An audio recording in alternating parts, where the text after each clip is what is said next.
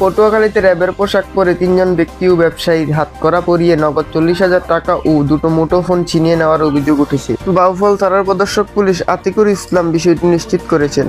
শুক্রবার ১৫ আগস্ট রাত ৯:৩০টার দিকে বিলবিলাস বাজারে এমএমএফ এজেন্ট এর ব্যবসায়ী সোহাগ সিপাহী প্রতিষ্ঠান বন্ধ করে বাড়িতে যাওয়ার সময় এই ঘটনা ঘটে। সোহাগ সিপাহীর অভিযোগ, বিলবিলাস বাজারের ব্রিজের ওপারে মদিনাপুরায় তার বাড়ি।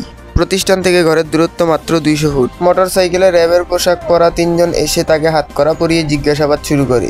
পরে তার সঙ্গে থাকা ৪০,০০০ টাকা ও দুটি মুঠোফোন ছিনিয়ে নেয় এবং কিছু দূর সামনে গিয়ে তাকে ছেড়ে দেয়। নিউজ পেপার 24 টিভি, সত্যের সাথে প্রতিদিন। পাশে থাকুন, ফলো করুন। ধন্যবাদ।